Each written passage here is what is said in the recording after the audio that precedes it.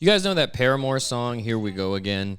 That's exactly how it felt reading this chapter. Here we go again with all the things we said. I'll write you just to let you know. That's how I feel with all these Straw Hats being, I guess we should get into it. What's up, everybody? How are you doing? Welcome back to the channel. This is going to be a One Piece review for chapter 1126. I really want to talk about the ending, to be honest, so I don't know. I guess I'm going to spend however much time I think I have to talking about everything that leads up to the ending, but like, oh my god, I've got so much to talk about. But the chapter starts off again with Yamato, and Yamato's at a soba shop with, is that the girl that Sanji saved, and she has a pet mouse, a choo-choo, if I'm not, if I'm mistaken, maybe not. I don't remember. I remember she had a pet mouse though. But it says that girls are going missing from this soba shop in Curry. So like, again, the Wano kidnappings plot is in full force. Like, who knows what that means? Who knows what's going on? I really want more answers to that, because it seems like it's supposed to be important. But the chapter starts off proper with the Straw Hats and the Giants all celebrating after they successfully leave Egghead Island. And this is probably one of the funniest parts of the entire chapter.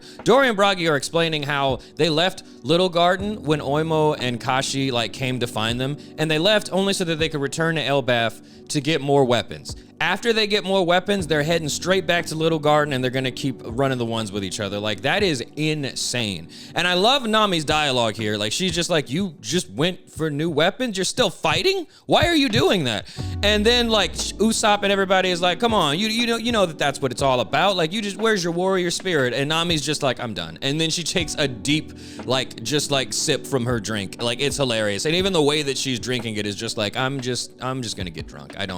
These guys are stupid. But then comes some dialogue that I was like, what the hell? What is this? Like, Sanji's like, wow, this is some pretty strong booze.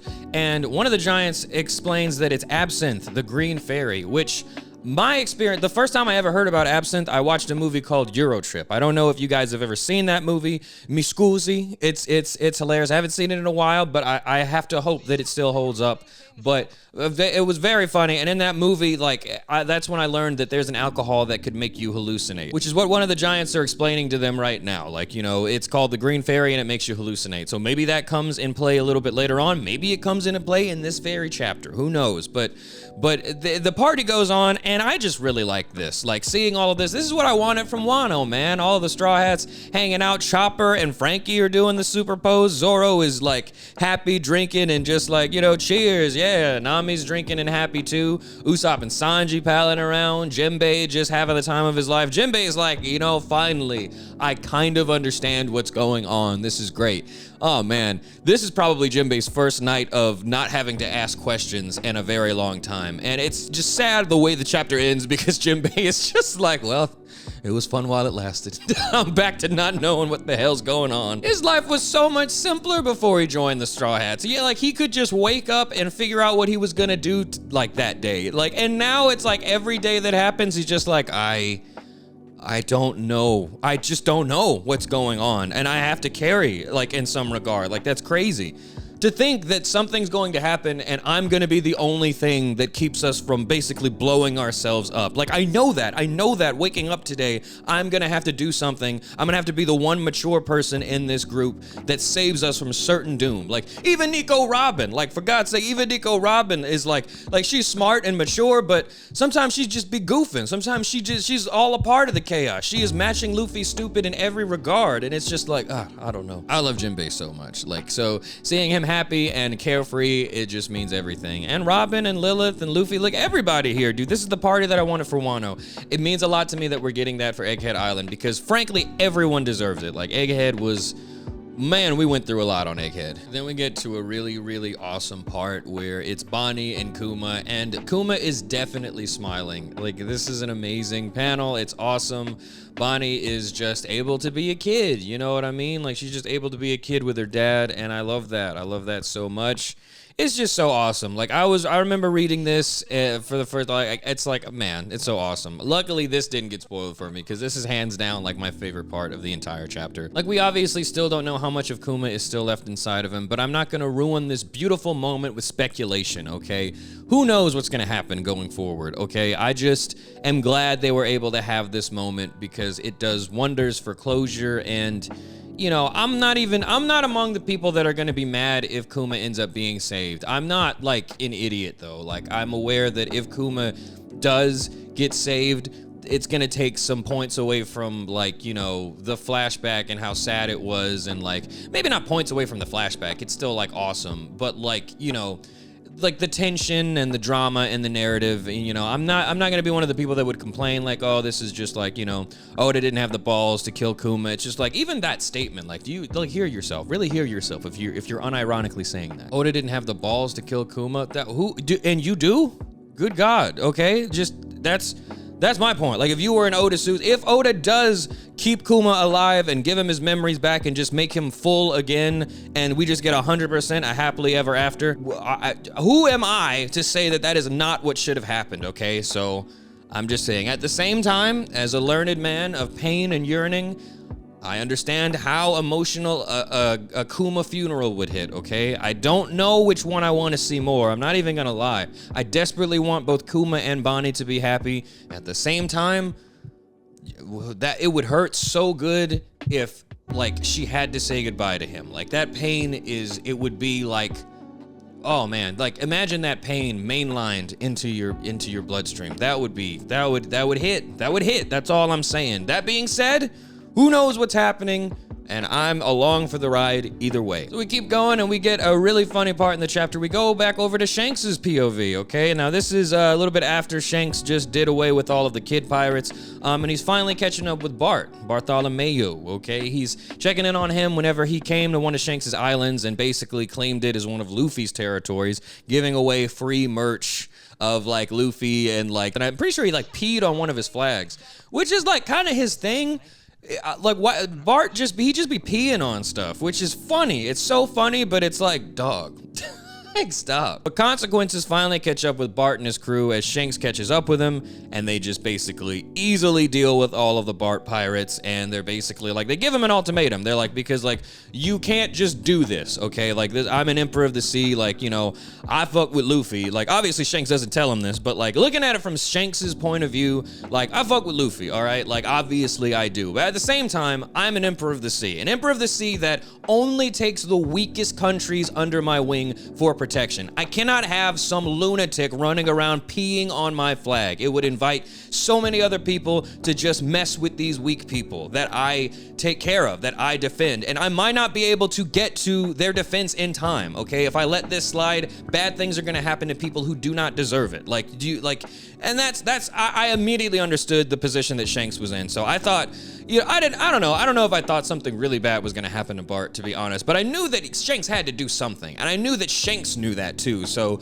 I was really pleased to see what they did in this situation. So in this situation, one of Shanks's crew members, he goes, all right, so take this deadly poison, all right? See to it that your boss, Straw Hat Luffy, gets this poison. If he drinks this poison, we'll consider you guys, everything that you did, we'll consider it square, okay? Because he's your boss, so if he takes responsibility, you guys can go free. Of course, this doesn't fill the Bart pirates with joy. There's no way we could do that to Luffy senpai. And before they could finish that sentence, Bart takes the poison and drinks it himself, okay? In front of everybody. And I love Shanks's face, like, why did you do that? And I love this face from Shanks, but I'll explain it. Just give me a moment and I'll explain that face of Shanks, okay? But he's looking at Bart just like thoroughly just disgusted and like confused, like, why did you do that? What the hell?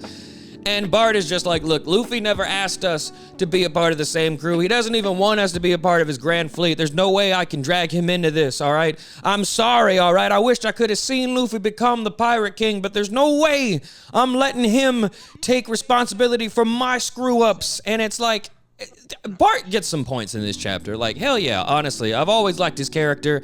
He really is like riding for Luffy. The thing is, though, it's revealed pretty soon after that the poison was fake poison, basically. And then Bart and his crew jump on the ship and they all leave immediately. Like, Shanks' crew just lets him leave. So the reason I would imagine Shanks looks so just like, why did you do that? And just almost angry that he did that is because, like I was saying earlier, This, like, Shanks has to do something. Some lunatic breaks into your country, converts everybody that's there to being a stan of Luffy, and, like, pees on your flag. You have to do something.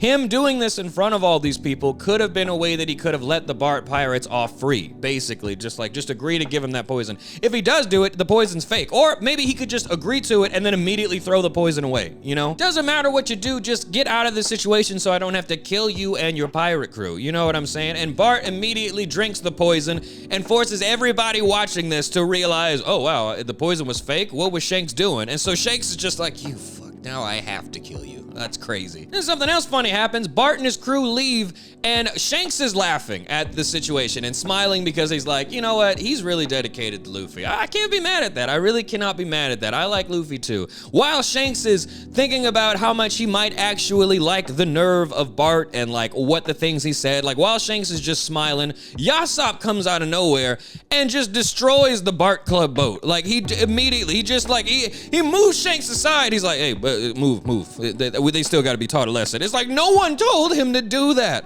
Yasopp just came out. He pushes his captain out of the way. Like hell no. I'm about to just like, there's no way. No. We got to teach him a lesson. And it's like, dog. Bro, somebody need to teach you a lesson about fatherhood. Raise your kid, bro. Stop, like, ruining people's dreams out here. Like, that's crazy. Shanks looks shocked. Shanks is like, whoa.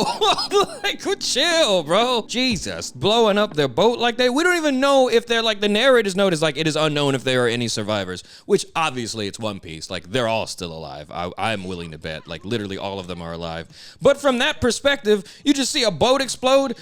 Who knows who could have died in a real life situation like that? If not all of them, for God's sake. You blew the whole boat up. And if anything, and Bart's a devil fruit user, so even if everybody's still alive, he is sinking. But then we go over to Blackbeard on Hachinosu, and we get some clarification. It looks like Garp is still alive, which I would have bet. I'm pretty sure a lot of people would have bet on that. Blackbeard was away fighting Law, getting all of his poneglyph prints, and that's when he comes back, and he's like, you know, hey, Pizarro, like, you let Kobe get away. How could you do that? Like, he's basically scolding Pizarro for that. And also Perona and Moira got away too. I could imagine the only place they would have sanctuary would probably be Cross Guild, if I'm being honest. That just makes sense with Perona and Mihawk's connection, as well as, like, you know, where the hell else would they go? You know what I mean? Like, Blackbeard then starts congratulating Kuzan about, like, you know, like, he's like, go ahead, tell me what happened with Garp. And then Kuzan's like, well, we caught Garp, you know, and it's, you know, it's tragic because actually I was trying to go for the kill. And I'm like, okay, whatever. I do not believe that for a single second. From the very beginning, like, whenever we have met Kuzan, he has exuded, like, mercy. Like, he has been, like, he showed mercy to the Straw Hats the first time we saw him. He showed mercy in the Ohara flashback. Actually, the first time he gets introduced in the Ohara flashback, because I just rewatched this scene. Saul is running, and cannonballs were about to hit him. Like, I don't think cannonballs really hurt him at all, but, like, when Kuzan attacked with his ice powers, he like made Saul duck, so like the cannons didn't hit him. Like, I don't know what the, like, and again, maybe that means nothing, but to me, that was kind of like everything he's doing is coming from a place of mercy. And again, he showed Robin mercy. It's just like, I do not believe, like, mercy is at this point, like, very much in your character. Like, I don't believe you were actually trying to kill Garp. But Blackbeard is like singing Kuzan's praises. He's explaining, like, yeah, no, basically, like, you know, talking him up, like, that's a pretty good consolation prize, you know, like, that's, we keep trading up. And it's like, he is very clearly a spy or something. I don't know. Like, I honestly really believe that Blackbeard isn't dumb. I don't think any of the Blackbeard pirates are dumb. I think they're just letting Kuzan, like, think that he's, like, tricking them, and then eventually they're gonna be like, all right, let's get rid of this guy. I really think that's what's happening. It's either that or truly they don't care. Like, they just don't care, and they're just like, maybe Kuzan won't double cross us. I don't know. It seems really stupid of them to not suspect Kuzan of double crossing them, because it's just, I don't know. To me, it's obvious. I feel like to everyone, it's obvious. But again, you know, whatever. But then we get Blackbeard with Pudding, and he's like, we also snagged this three-eyed girly. And I just don't like seeing Blackbeard with any women anymore. After he asked Bonnie to be his girl, I I think we need to get him up out of here. I really don't like seeing this. Like, I really need, we got to get Pudding out of there, to be honest. Like, I hate this so much. But it's a problem because Pudding can read the poneglyphs, and I need Pudding to get out of there. I will say that again. I need her to get out of there because, like, she's not safe there. We got to get Sanji or somebody, literally just somebody, get Pudding out of there.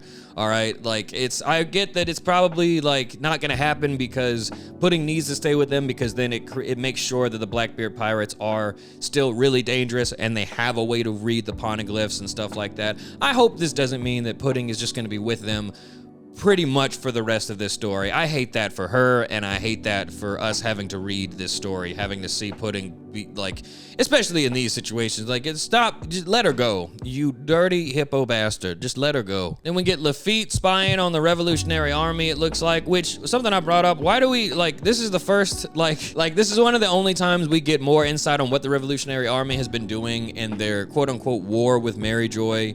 And it's coming from the Blackbeard pirates. I need to see Dragon doing something. I don't need all of these characters explaining the things that Dragon has approved or the things that Dragon has put into motion. The last chapter ended with Dragon saying it's about time we did something. And this chapter is a whole lot of him not doing a damn thing. Like I thought, for real. But it's, I don't know. I'm just saying, I'm sure eventually he'll do something, but I'm tired of us saying that, bro. Dragon, do something. God. But then that's when Katarina Devon and Van Augur return with Caribou, and this is not good. It's not good. I mean, it's great that he's not with the Straw Hats anymore because I don't like him, but he's gonna fit right in with the Blackbeard pirates. He is dirty, smelly, slimy, ugly, just like all of them. So he's definitely joining, and the information that he has on everything that Luffy's been up to, that's gonna be a problem. Pretty much the only thing he doesn't know might be information that happened on Egghead Island, which was a lot, but it's like the stuff that he does know from Fishman Island up until Wano, this dangerous. Blackbeard does not need to know all that information. This is bad news for us. Then we get to the end of the chapter and it's discovered that all of the Straw Hats passed out because they just drank too much, basically. So, but also, here's the thing. It looks like we're already separated. Like, here we go again. Like, immediately. Like, someone even pointed out that it looks like Luffy and them got captured again, like, immediately before the arc even started. This might be a new record. And we don't know yet, but yeah, it kind of looks that way, to be honest. Let's keep going, I guess. But yeah, it kind of looks that way. But the Straw Hats that are still there are Jimbei, Robin, Frankie, Brook, which I am actually really okay with this. I'm actually really excited about this because it's really good to have the crew together, don't get me wrong. But at the same time, we cover more ground when we separate, all right? I think it's really good to have good teams together also when you get separated. And I like this crew of people that are together because typically what happens is we go to a new arc and Frankie gets kind of like left behind, or like he doesn't really do, like, it's not that he doesn't do anything, but it's like having him in this group, there's no way he's not gonna shine, is my point. Like, I think Jimbei is gonna carry, but at the same time, I don't know how much Jimbei can carry because he's still like I was saying earlier, he still doesn't know what's going on most of the time. He for real had one night of partying and like finally, like, I don't have to ask any questions, and he woke up and half the crew is missing and he's like, okay, so what, like, how often does this happen? Be for real. Like, somebody be for real with me right now. How often does this happen? Like, Luffy's just gone. And so, like, I don't know how much, like, Jimbei is gonna be a leader in this situation, although he definitely has the capabilities, but I see him much more likely being, like, some type of support character for what they need to do going forward. I see Robin maybe putting some pieces together and directing people going from here. And I'm actually, in general, really curious on what the dynamic is going to be, because I love all of the Straw Hats, obviously, but this group of characters, I don't know if we've ever seen them be in a group together, like just them, like just Jimbei, Robin, Frankie, and Brook. Like, Brook is always a great support character. He's great with that. Frankie's really good at support, and he can also be like a main fighter if he needs to be. I don't know how good he is with like developing plans and doing stuff, but like Frankie's a really good like front man for the group, like, to be honest. Like, I'm really interested, like, who's gonna be the leader in this situation? Like, you remember the Sea Train with Mr. Prince and Robot Boy and Soga King? Like, that was a solid, the Sea Train is one of my favorite parts in all of One Piece because they are dead. They have a singular mission of stopping the Sea Train, getting Robin, and getting out of there before they get to Enies Lobby. Like, they didn't achieve their mission, but they still worked efficiently as a team, and I'm ready to see how efficiently this team works. But yeah, Jimbei just, God bless Jimbei. I love this panel of Jimbei just staring off, like, into the ocean, like, yeah, I don't know what the fuck. No idea what's going on. I also think it's really cute that Bonnie's still there and she's tugging on Jimbei's robe. Like, what's gonna happen, Mr. Fishman? Like, I know she's asking Jimbei questions and he's like, I am just as lost as you are, but we are gonna get through this, I promise. Like, he's gonna be, like, I'm glad Bonnie is with, like, basically all of the parents of the Straw Hats right now. Like, if I would have to, like, call it now, Jimbei is definitely the best example of a crew dad. I think for a while, people were saying that was Frankie. Like Frankie doesn't wear pants. He's at best the creepy uncle. Like the cool creepy uncle, but like, you know what I'm saying? He's got no pants on and he's wearing a gold chain. Like, look at, that's, you know what I'm saying? Like, Robin's like a cool older sister, or maybe like a drunk aunt, to be honest. Like, not even a drunk aunt, just an aunt that casually drinks wine and then says some off the wall shit. And Brooke is just the horny grandpa in the group. Like, I'm so ready to see how this group gets down. I can't wait. And they got the Giants with them too. But then we get to the final page of the chapter, and that has me feeling so many things. Mostly just a mixture of confusion, bordering on frustration, and shock, because I thought that Legos were a protected franchise. Basically, I didn't think that Oda could draw Legos without it being copyright. That's honestly what I thought. I understand some people were in my stream saying like it could be like a Lego derivative. They could call them like fun blocks or something. And to that I would say, be careful, Oda. That's all I'm gonna say, because it is undeniable what Nami is sitting on is Legos. But yeah, Nami wakes up and she's like, I must have drank too much. And before we get that, we have like someone calling out to her. They're like, Nami, hey, wake up. But when Nami wakes up, she's alone. And she like is in a different attire that she was in whenever she got drunk and passed out. And she's just like, we don't know where she is. So the Straw Hats that are missing right now are the original Straw Hats, which is really interesting for a couple reasons. And it's really awesome for like a lot of reasons. Like, oh my God. The Straw Hats that are missing right now is the Weakling Trio, the Monster Trio, and the Romance Dawn Trio. Like, that is just, these are 6 people that have so much comedic and narrative potential, and I just can't wait. The core members of the Straw Hats. Like, this is setting us up for something awesome. People have already mentioned that this could be setting us up for a Vivi reunion, which obviously I need to see that so bad. But I'm so excited because the Weakling Trio, I've been saying this for a while now, the Weakling Trio is like the Sly Cooper gang in the Straw Hats. Nami is the really cool thief that can move around like Sly Cooper. Usopp is Bentley with his gadgets and just throwing bombs everywhere. And then Chopper is the Murray. I don't really feel like much explanation is needed there. It just fits perfectly, and they work so well together. And it's a shame that we only really see them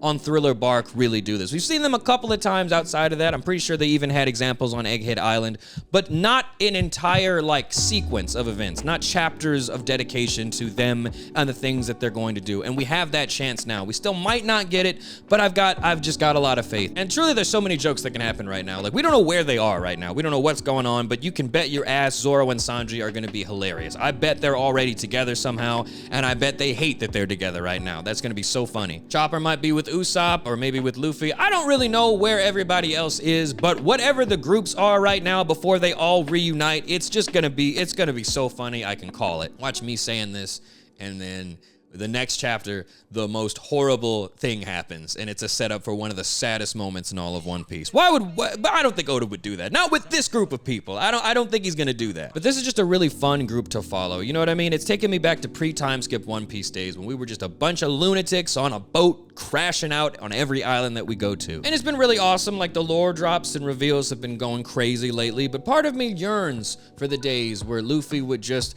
go to an island and have a wacky carnival adventure with some weird guy that can slow down time for like only 12 seconds. Or maybe Zoro gets in a fight with a seahorse that can steal people's memories. Or maybe they go to an island and there's just a guy in a box. We don't really get much more information on that. It's just a guy in a box and a bunch of drunk ass animals. Like, that's what adventure is, man. You don't always know what you're gonna get into, but you're getting into it no matter what. So I'm really excited. I really, like, I got to the end of this chapter and I was like, Oda, you can't end it like this. You gotta give me something else. Like, we don't know what is going on. This is too much mystery. A lot of people mention, like, maybe this is Loki and maybe he's kidnapped Nami specifically because he wants to marry Nami. And I just hope that's not it. Like, I cannot handle another Absalom type character because she's even in different clothing. Like, I hope that there was some magic at play. I really hope we're not dealing with another creep, like, and we have to fight them, because good God, I can't handle it. Like, I really can't. I hate those types of characters so much. Every day I wake up and I thank God Absalom is no longer part of this story. All right, I needed him out of here. He made me deeply uncomfortable. If Loki is someone like that, God, I don't know. The only thing I can hope, if that is true, I hope we get rid of him real soon. But, you know, who knows? I'm really excited to know what is going on. Let me know what you guys think. I don't think there can be an MVP of this chapter. It's just all speculation. Oh, no, there can be. Bartolomeo, okay? Thank you for being awesome. Your stock has went up this week. You really, truly, man. I don't have any negative thing. I never had anything negative to say about you. You are the best Glazer I have ever seen. You make it look cooler than DJ Academics. Nobody's better than you, Bart. Never change. And I can't wait to see you again in the future. But yeah, I guess I would say he'd be the MVP. The standout moment for the chapter, like I said, Bonnie being happy with Kuma. Just made me really, really happy. What I am excited most about is this. Following this group of people, the Monster Trio, the Weakling Trio, and the Romance Dawn Trio, like all of those people together doing crazy stuff. Like, I can't wait. I truly cannot wait. And also the Straw Hats that we left behind. Like, who do you guys think is going to pull their weight the most in that category? Like, who's going to do the most to help us either get these Straw Hats back or just do whatever we need to do on Elbaf? Is it going to be Jimbei, Robin, Frankie, or Brooke? Like, who's going to be the most valuable Straw Hat there? And how do you think that dynamic is going to go? Because I really am interested in that. I wouldn't mind us returning to either one of them. I have to say, personally, I'm much more interested in this dynamic of Nami, Luffy, Zoro, Usopp, Chopper, like seeing all of them go crazy and whatever the hell is going on here. Like, I need that in my bones. I desperately do. Also, the possibility of a Vivi reunion, whether or not that happens or not, I need that. I truly do need that. But also, I would not mind. I'm also really curious on what Frankie and the others are getting up to. Just not as interested as this group of hilarious bastards getting up to God knows what. But let me know what you guys think. So that's it for this chapter. Thank you for watching. Thank you for being interested. And I cannot wait to see you in the next one.